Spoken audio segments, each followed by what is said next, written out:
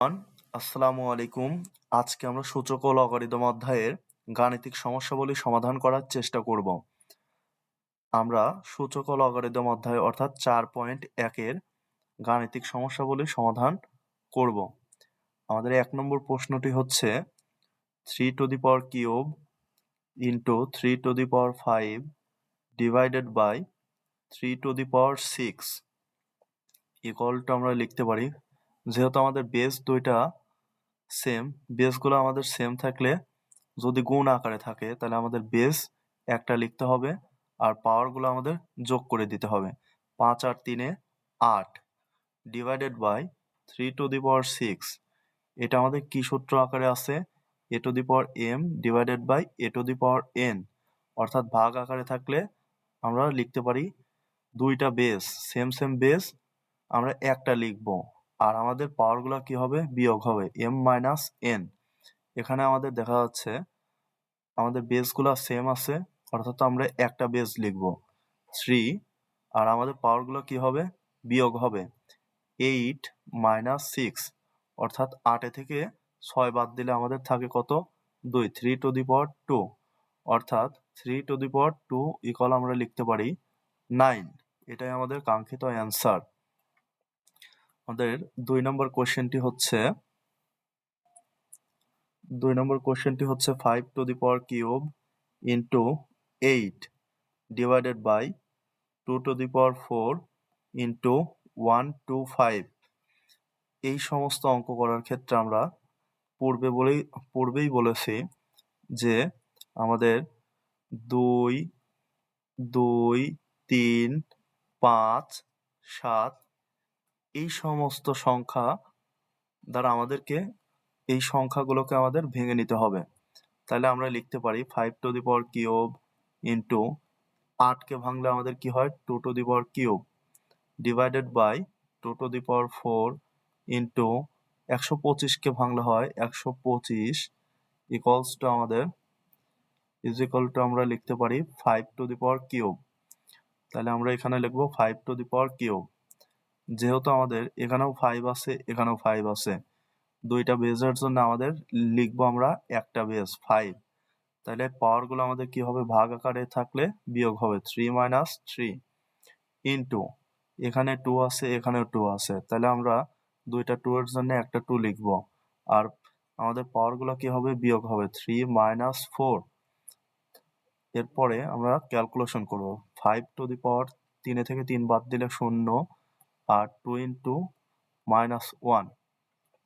কোনো ভিত্তির উপরে পাওয়ার 0 থাকলে তাকে আমরা লিখতে পারি 1। কোনো ভিত্তির উপরে পাওয়ার 0 থাকলে তার রেজাল্ট হয় সর্বদা 1। আর আমরা আরেকটি সূত্র শিখেছি a to the power minus 1 equal to আমাদের 1 বাই এ।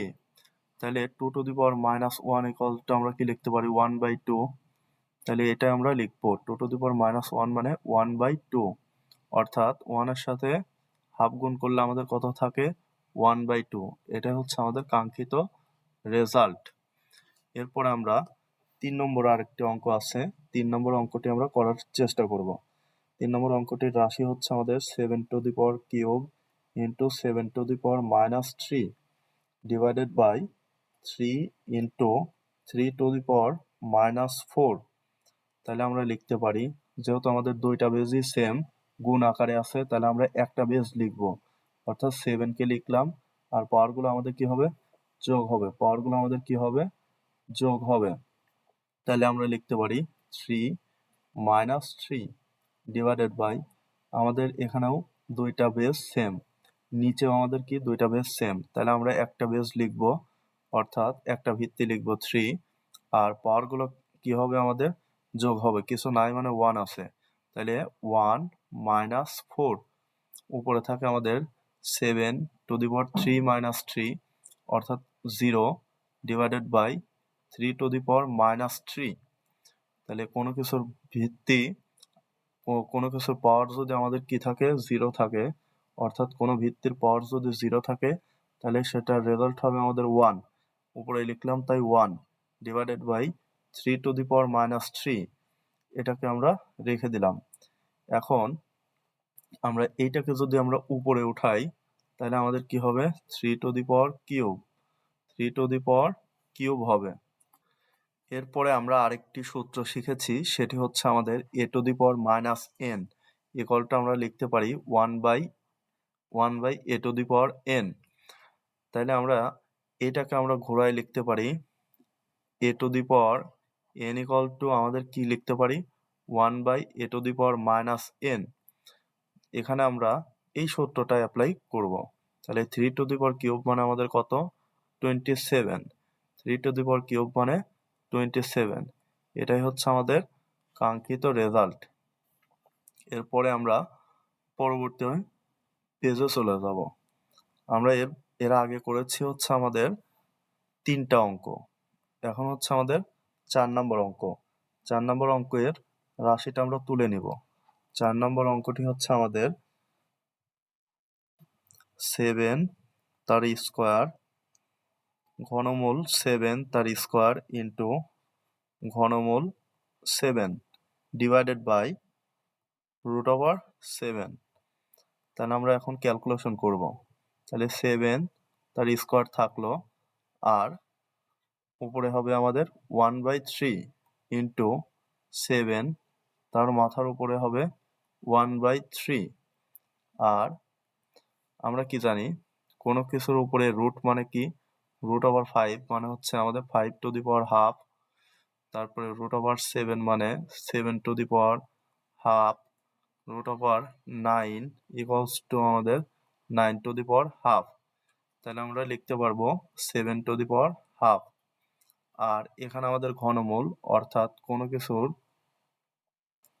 ঘনমূল অর্থাৎ ঘনমূল a ইকুয়াল টু আমরা লিখতে পারি a টু দি পাওয়ার 1/3।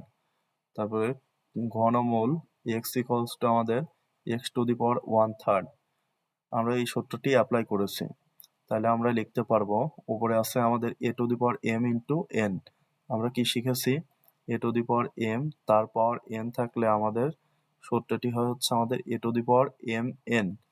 তাহলে আমরা লিখতে পারবো 7 টু দি পাওয়ার 2/3 গুণ করে দিলাম 7 to the power 1/3 divided by 7 to the power 1/2।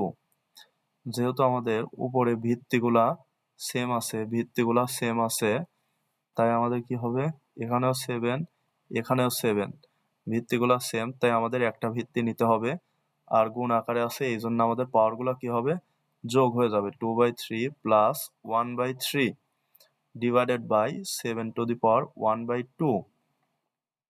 পরবর্তী লাইনে আমরা লিখতে পারবো 7 টু দি পাওয়ারগুলো আমাদের যোগ করে দেব 2/3 প্লাস 1/3।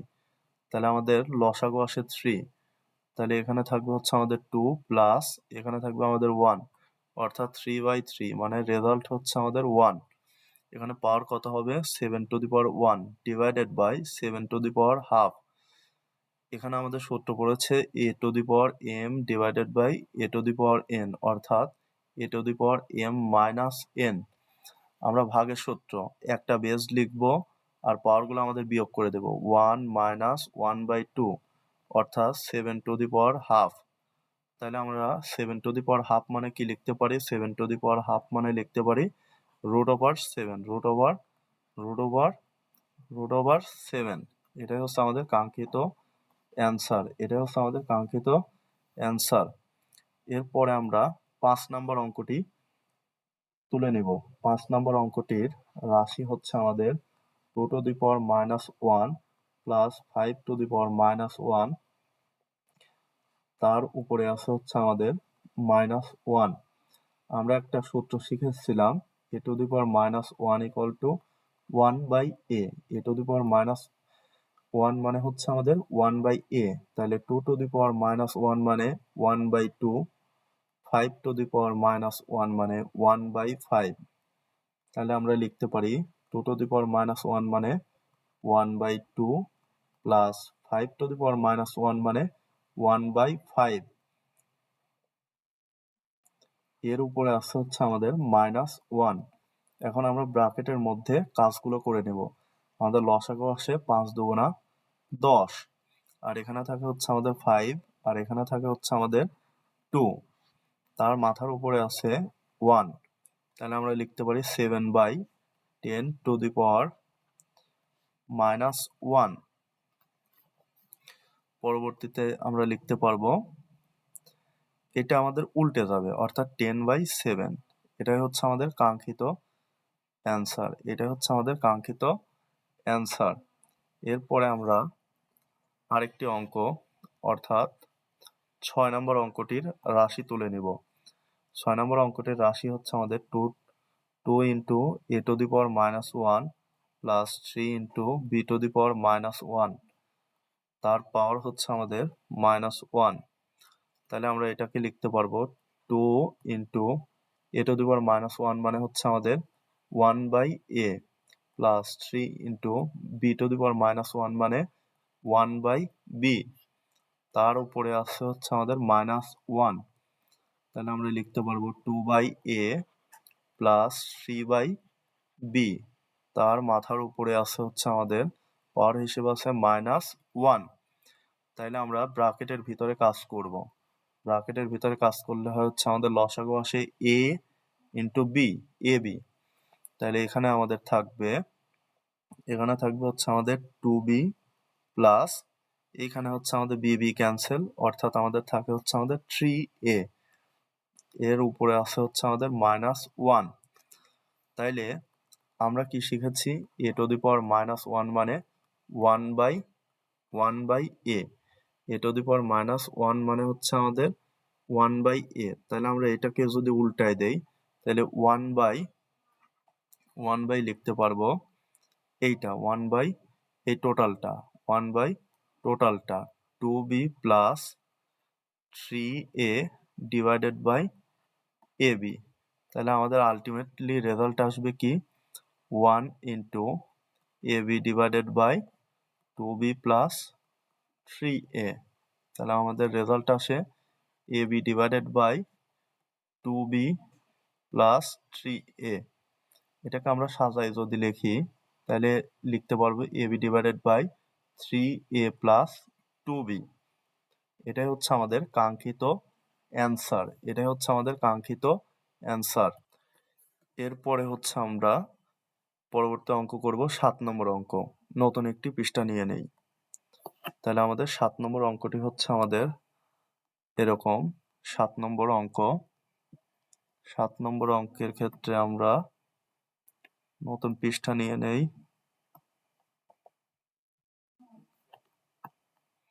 7 নম্বর অঙ্কের রাশি হচ্ছে আমাদের a⁻2 তা into b⁻1 divided by a⁻2 into b। এর পাওয়ার হচ্ছে আমাদের 2।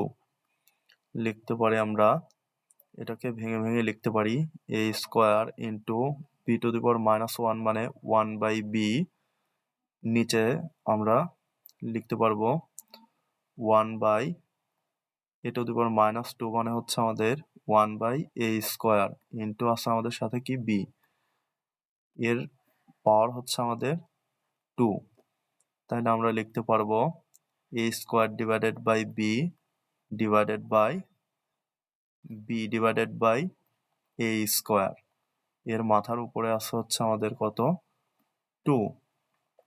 এটাকে আমরা ক্যালকুলেশন করলে পাবো a square divided by b into, ভাগ আছে গুণ করলে উল্টে যাবে, অর্থাৎ a square divided by b, এর মাথার উপরে আছে হচ্ছে আমাদের 2। তাহলে এখান থেকে আমরা লিখতে পারবো a⁴, যেহেতু আমাদের বেসগুলো সেম, তাহলে আমাদের পাওয়ারগুলো কি হবে, যোগ হবে, a⁴ divided by b into b, অর্থাৎ b স্কোয়ার, এর মাথার উপরে আছে আমাদের 2, অর্থাৎ রেজাল্ট আসবে আমাদের a⁻m ইন্টু n। আমরা একটা সূত্র শিখেছিলাম a divided by b to the power m। তাহলে আমাদের কি হবে, ভাগ আকারে আছে, অর্থাৎ আলাদা আলাদাভাবে আমাদের পাওয়ারগুলা চলে যাবে, a⁻m ডিভাইডেড বাই b⁻m। তাহলে আমাদের ভাগ আকারে আছে, এই পাওয়ারটা আমাদের আলাদা আলাদাভাবে চলে যাবে, এই পাওয়ারটা আমাদের আলাদা আলাদাভাবে চলে যাবে, গুণ হবে 4 × 2 = 8, a⁸ divided by b to the power 4। এটাই হচ্ছে আমাদের কাঙ্ক্ষিত রেজাল্ট। তাহলে আমাদের 7 নম্বর অঙ্কটি হয়ে গেল। এরপরে হচ্ছে আমরা আরেকটি পেজ নিব। এরপরে আমরা 8 নম্বর অঙ্কটি করব।